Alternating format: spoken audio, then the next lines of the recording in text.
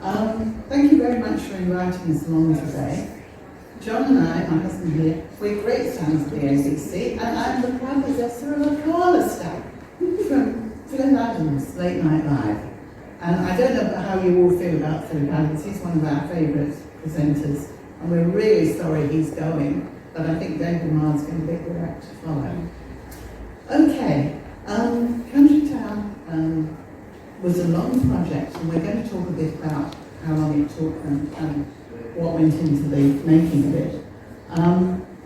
It's aimed at upper primary, so it was tricky getting it. Most children can find their own level with it, but upper primary is ideal. Now, I wondered how many of you, is there anybody here who's been born in the country, from Country Town? Okay, where are you from?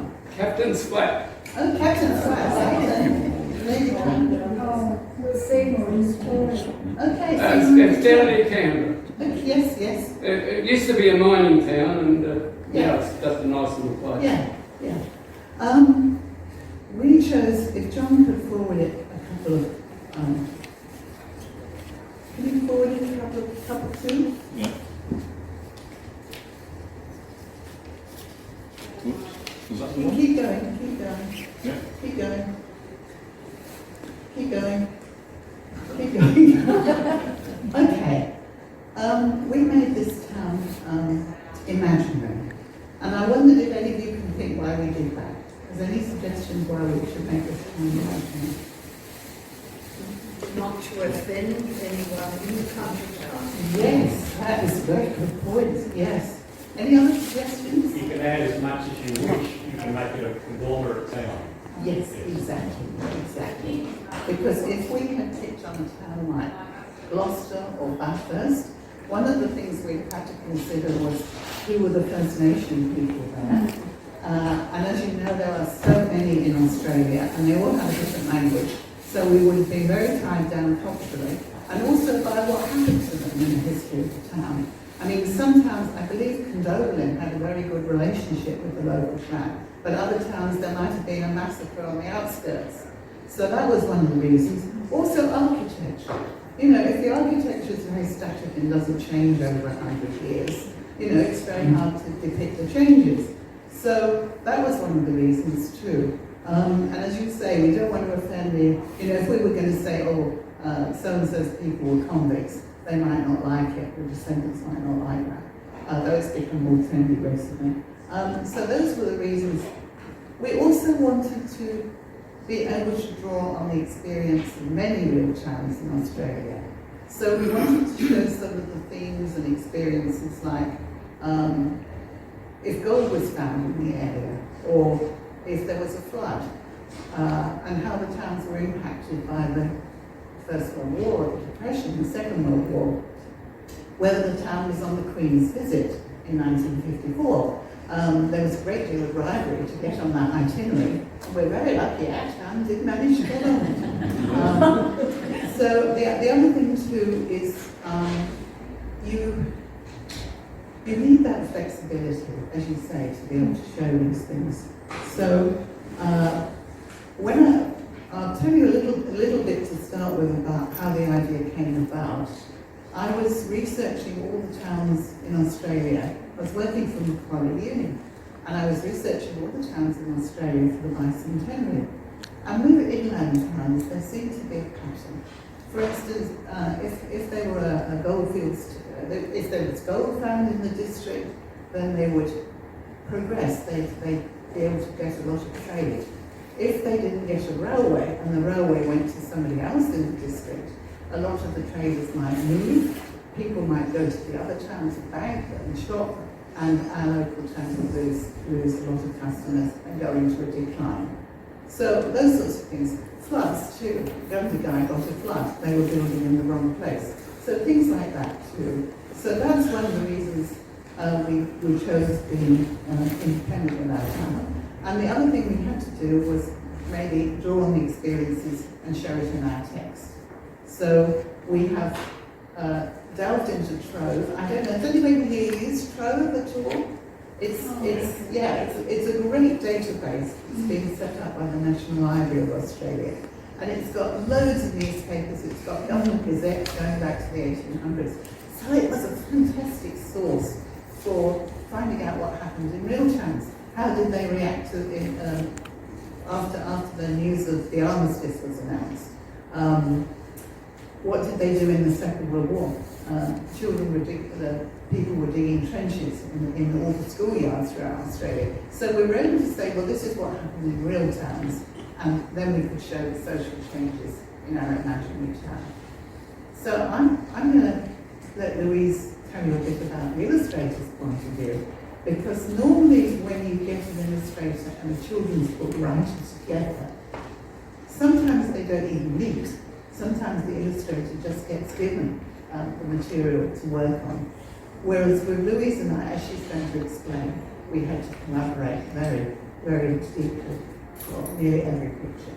So I'll hand over to Louise.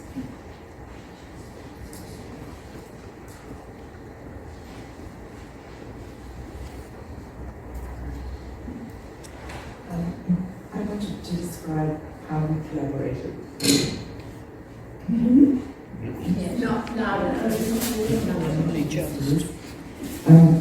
I think we were able to bring different perspectives to this collaboration, to see this idea develop and progress into a finished book.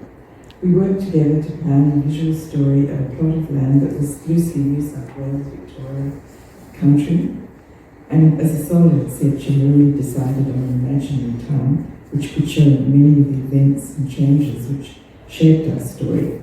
Illustrating my actual story would have been too limited and restrictive. We began by thinking of an ideal site. With fresh water, plants, trees, and somewhere to build shelter and gather together. A bird's eye view seemed to be the best way to show as much of the town as possible. The amount of information I had to get across to the reader dictated the scale, and because of this I was aware of the need to avoid the pictures looking too still and remote.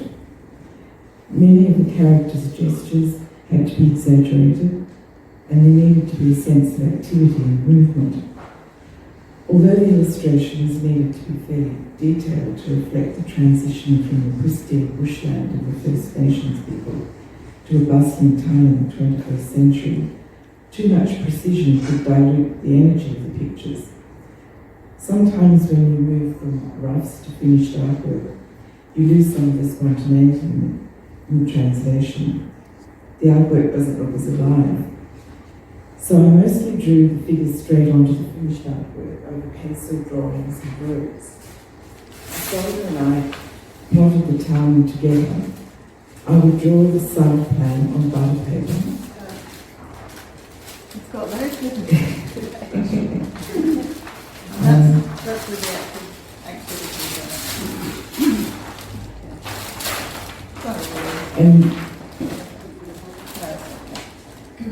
And then we would determine the position of buildings and roads.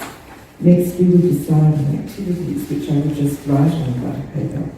Then I would take this away and transfer it to card or watercolour paper for finished artwork. The figures and some buildings were drawn in black, fine black pen and ink to add emphasis and make them appear more distinct. I used watercolour pencils, watercolour and gouache.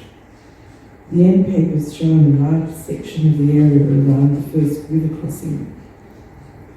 I wanted the colours to be strong enough yet give an overall effect of softness to reflect the subtlety of the Australian bush. Although Isolde had originally imagined the town would be seen from the same viewpoint in all the illustrations, it became more obvious that I would need to vary this to show the town's expansion.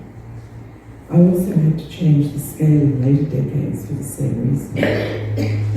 This was quite a complex book to illustrate, requiring much research, most of which was done by Isolde, some of it together, such as visiting the powerhouse library and sourcing the supply of women's weeklies for clothing fashions. It had to have an obvious structure, a passage of time of over 200 years, showing changes in building, transport, fashion, industry, agriculture, and leisure. The town was to survive a bicentennial project bypass highway, so retaining its historical early buildings was important for tourism. I had to be careful to avoid too much repetition. Fitting modern buildings into the spaces created by former ones was challenging. Ideally, it would have been created backwards, but there were many changes and developments along the way. This way of working required more organisation and structure. I needed to think logically about the sequence of pictures, for example, the growth of trees over decades, some of which last for over a century. There were many important threads to be carefully considered, such as the conflict between the first settlers and the First Nations people whose land they had taken. These relationships needed to be handled with honesty, sensitivity and respect. With the idea that pictures should not merely repeat text, there are many stories within stories. For example, in 1969, you can see a little boy pickpocketing a woman's basket. There are lots of little stories like that all through it. This book involved more problem-solving and complexity than solved by previous ones' work. For example, poetry anthologies, which depended more on interpreting language and understanding the meaning intended by the poet. I have really enjoyed both.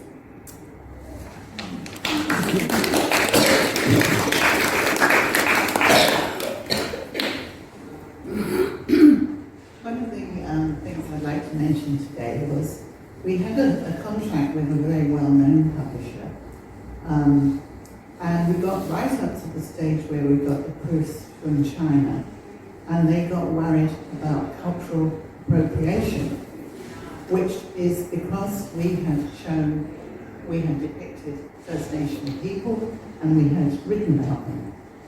And they didn't tell us what was going on. They did not tell us that that was the reason, that this is what we assumed. So we then had nearly a year to try and find another publisher, and we finally did. One of the things with the previous publisher was we had a First Nations consultant, First Nations lady consultant, and she was very good and she worked with us very well, but the publisher didn't have her in and meet her. I had to have her an agreement, a contract with her tied to my contract before they would agree to publish us. So we tried to conform to what they wanted. But in the end, somehow they got too worried and they cancelled it. We then were introduced to a lady called Robyn Ridgeman, who is a First Nation lady from up the coast, Trial Bay area, I believe. And she is a TAFE teacher. She teaches Aboriginal studies. She loved the project as how it was, and she joined us. And we started off again. We'd done all the pictures, but we thought we needed to revise the text. Now, originally, we had two columns either side. We had a column with 5 little people, 4 or 5 little people from the picture. And the idea was, a bit like Where's Wally, that the children should look in the picture, and in trying to find those characters, they would look at all the things that were going on in the picture. On this side, we had a timeline of what was happening in the decade in the town, and also too in Australia, there were things that would impact the town. So that's what we had. We decided that it would be better to get rid of these little people, and what we did instead was have a column here and a text, a spread of text in between the spreads. So we've got 15 spreads. When we were trying to do the text for this first picture, somehow, with all the other pictures, we could draw on original sources, eyewitness accounts. But of course, First Nation people have got an oral tradition, so there is nothing written down about first encounters or anything like that. And Robyn said, how about I write a poem? So she wrote a poem from the point of view of one of the little boys over there, listening to one of the elders. And somehow or other, that really was the answer. So we were very, very grateful to her. And she sends her apologies. She is on dialysis today, so she can't come to a lot of these talks. Okay. John, can you go forward to the next one, please? You might have seen in the previous one there was a little burning off thing there. This is, as Louise referred to, we do show confrontation. So we've got the squatters men, at odds with the First Nation people. The local clan have lost their country, their hunting ground. If they're pushed onto somebody else's land, they're on somebody else's hunting ground. So it was a dilemma for them. And as you're all aware, there was sheep got stolen and there were confrontations. So we haven't shied away from showing these things. And with children, they can ask, they can look at pictures and say what's going on here, or they can just accept what's going on and not worry about it. They all find their own level. So, if you'd like to go on a bit more, John.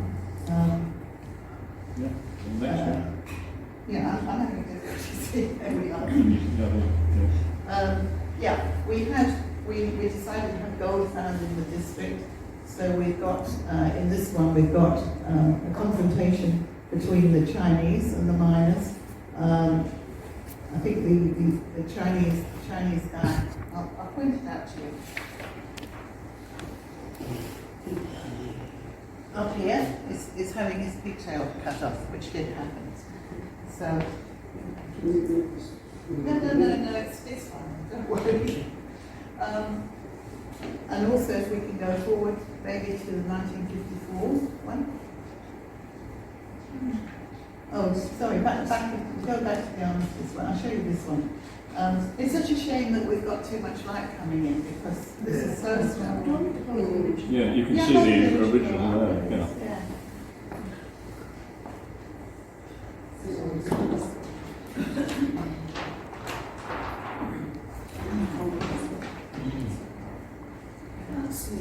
I'll take it. What would you like to do? No, I just keep fingers open.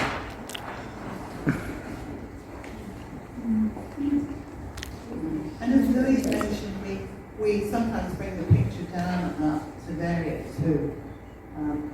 But I think this is one of the most stunning ones of the inspection. Do you want to go forward? We can't hear you, Isolde. Can you speak sorry, up, I'll do it please? again. Yeah. So this is the 1920. This is the depression.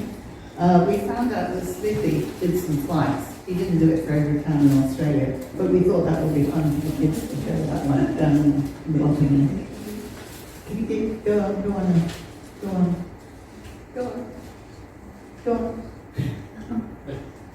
That's the Second World War.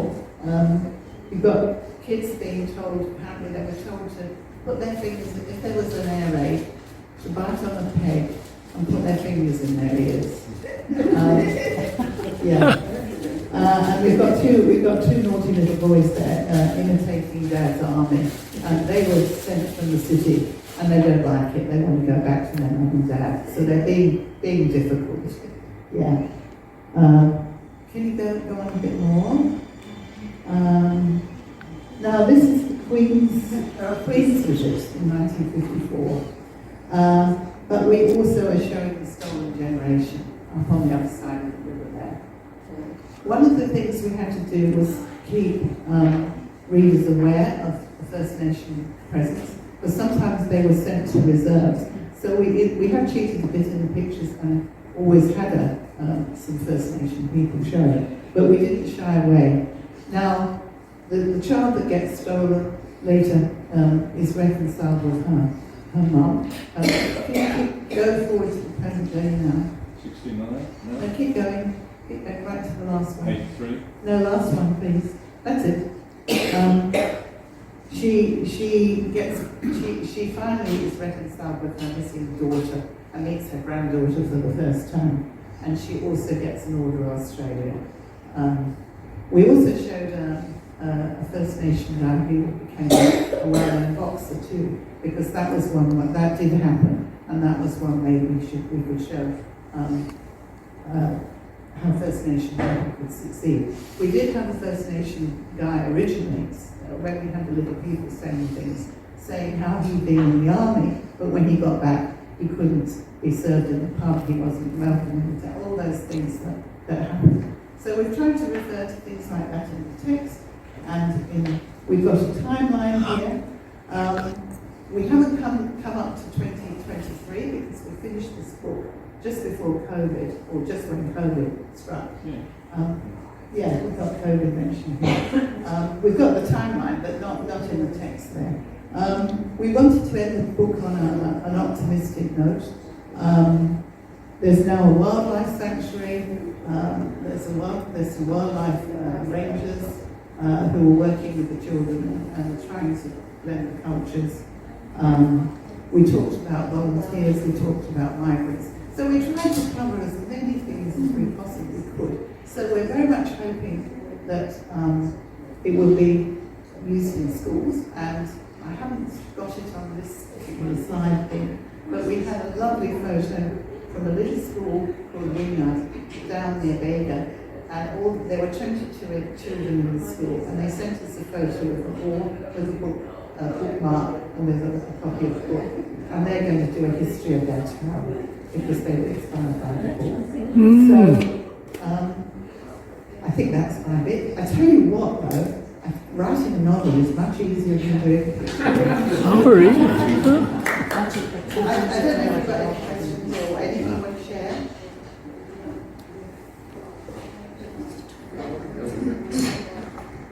In papers, we wanted to show the pristine riverbank, and we chose river crossing because that would be appropriate. John, can you go forward to the cap, please? John, can you go forward to the cap, please? My roadie, I need to give him another coffee. Kick to the Aboriginal one. That's it. And this would be appropriate camp for a clan, local clan. So we made it by a river crossing and on an ancient route. So you've got the theme of the burning off at the top. You've got smoking bees out. You've got hunting for possums. You've got children prancing around playing. You've got an elder maybe doing some rock art and telling a story. And you've got women who are grinding up the grinding seeds for flour and wine. And a canoe tree, yes. Now that canoe tree in the original had a painter come and paint it, and it sold at auction eventually 200 years later. So, okay. Do you want to go forward? Yeah. So we've got the explorers here. So we've got a confrontation. We've got, I don't know if you can see him there. We've got a white man who's been living with the clan. And we've got somebody carving their name on the tree down here too. So lots of little things, little adventures going on. Next one, please. Sorry, go back. Good, that's it. We talked about the importance of horses, and we talked about the reaction of Thomas Mitchell seeing pristine land for the first time, and what he thought about its impact on taking the land from the local people. And we also found what Hovell and Hume took when they, all the men that they took with them, and what profession those men were, and what weapons they had with them too. We've also got one of the explorers saying, we encountered this clan, and they were so ferocious we turned around and went in the opposite direction. So next one, please. This is first settlement. We've got a brewer and we've got a blacksmith, and they are catching trade from the overlanders who are going across the river crossing.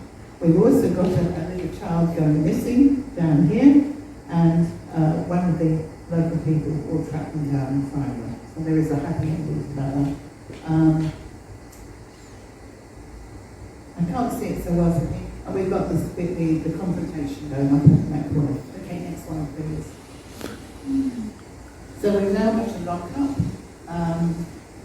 We've got gold has been found in the district. We've got a wedding going on down here. Joshua Grant, we gave him a name because we were able to say in the text to the children, can you find so-and-so in the picture? And it made the children look in the picture for the characters. He has got a city wife he's brought home. So we then asked the children in the text, what do you think she felt when she saw the house she was coming to and all the things she left behind in the city? Okay, keep going. She's had a couple of children and she's lost one, so she's putting flowers on the grave. They're trying out some vines. Gold is being found in the district, so you've got a Cobb and Co. You've got the gold escort, and you've got some gold rollers down here too. So lots of little things going on. Text please, John. Next one. Next one. There's no. No, the text. Back. Oh, Back one. oh, sorry. Back again. Yeah, we've got somebody who rode shotgun on one of the gold escorts, and we've got how he said they were attacked. So we've got an actual thing from Charlotte here from one of the newspapers. Okay. Go on. We had a flood. Text. And we've got a photographer in there for the first time. And we've got a school as well. And we mentioned how fire happens a lot too, that candles can cause fire. And we've got about women's rights too in this one. Next. Yes, please. The railway, this is 1905. The town has finally got a railway. They didn't get one in the 1890s. And we've got the old squatter, Joshua Grant, has made it. He's going to die shortly, but he's made it to the opening. And we have the Premier of the state saying maybe one day now we'll walk on the moon and say he's in the surroundings. And we talk about, to the children, we talk about what difference the railway made. It meant that people could get their produce to market, and we talk about refrigeration coming in too, because that was very important, especially with things like lamb and beef. Okay, please. Armistice, not everybody in the picture is celebrating. There were some people in tears, and very sad. We also showed the different lighting in that one as well, in the houses. Okay, next one please. We mentioned soldier settlers. It didn't work out for everybody. The depression. We talked about itinerant workers, and they weren't always very welcome.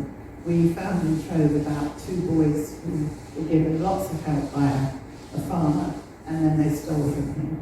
So it can work both ways. And I mentioned Smithy too. Okay.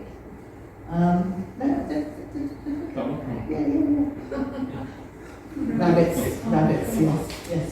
We mentioned droughts, we mentioned rabbits, we mentioned locusts, we mentioned all sorts of things.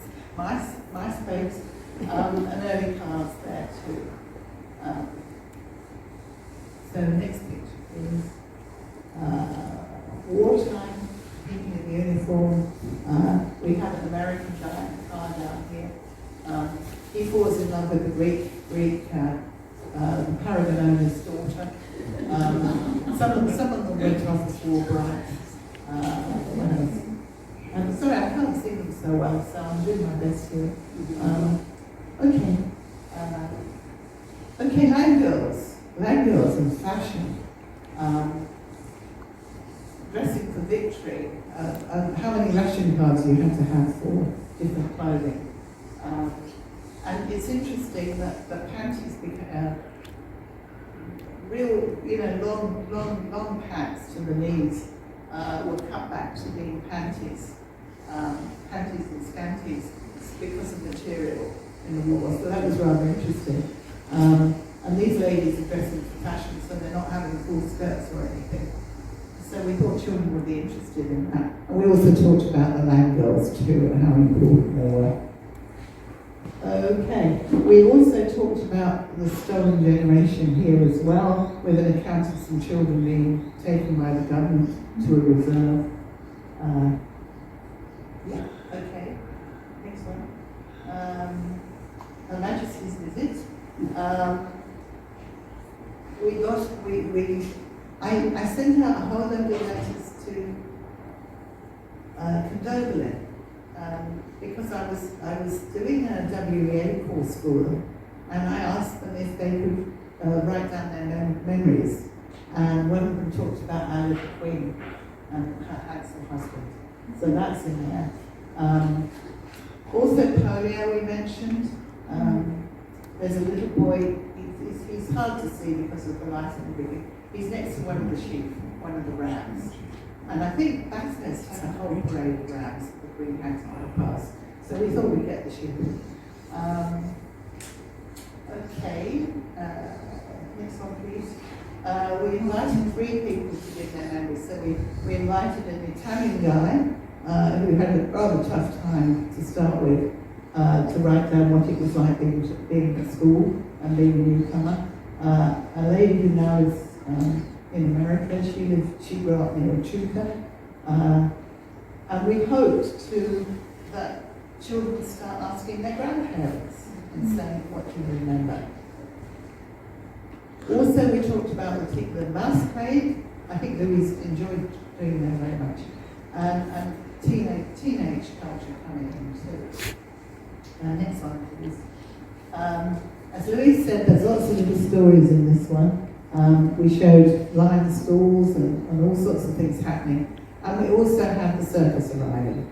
And they got the date wrong. So they're arriving, so there's a bit of confrontation, and the mayor is looking very worried in that one.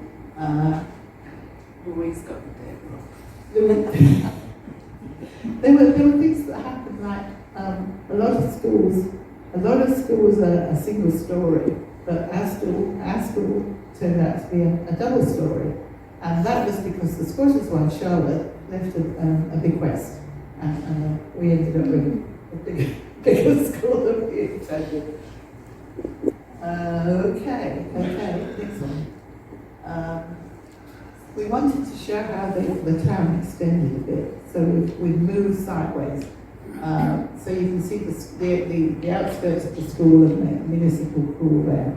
And we've got the wildlife park. And we also wanted to show the fire here, 1983, but we didn't want to have a big fire in the town. So it's in the distance there, but we wanted to make people aware of what a terrible summer that was, and how fire is one of the parts of things. Okay, yes. Carols by Candlelight, the last one. You've got the children's choir, you've got the supermarket, you've got some migrant ladies there coming to the supermarket. You've got people at the back of the pub having drinks up in the corner there. So all sorts of things. You've also got the police there, they're breathalyzing. And we do mention that in this town, some of the children, after they finished HSC, they were in an accident and some of the children got injured. Because we thought it's very important to get across about the speed and these things happen. So again, we're not shying away from it. We also mentioned big things that are in country towns, like the big ram and different big potato, something all the big corn, all those. And how towns need to have something that gets people coming in. We did have some Italians. The Italian prisoners of war married one of the Italian prisoners of war married the daughter of the apple orchard, and they started a vineyard. And the vineyard's the other side of the river. We don't show it, but we do talk about it. So that's one of the things that attracts people. And they built a restaurant, and they have a wine tasting.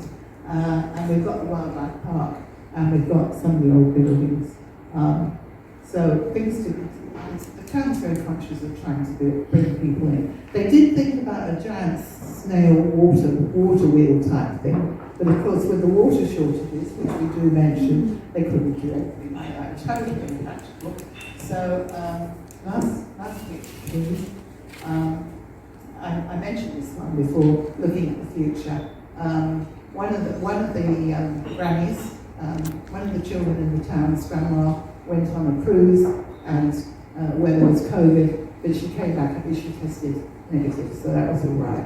But the town's been through COVID. And the timeline, which does mention some of the buildings that were not referred to maybe enough in the text. Whew. So there you go. It gives you an idea of how much we thought about. When we first started, we were relying on photocopies and books, but with the internet now, it is such a help. It's made such a difference for us. And that's it.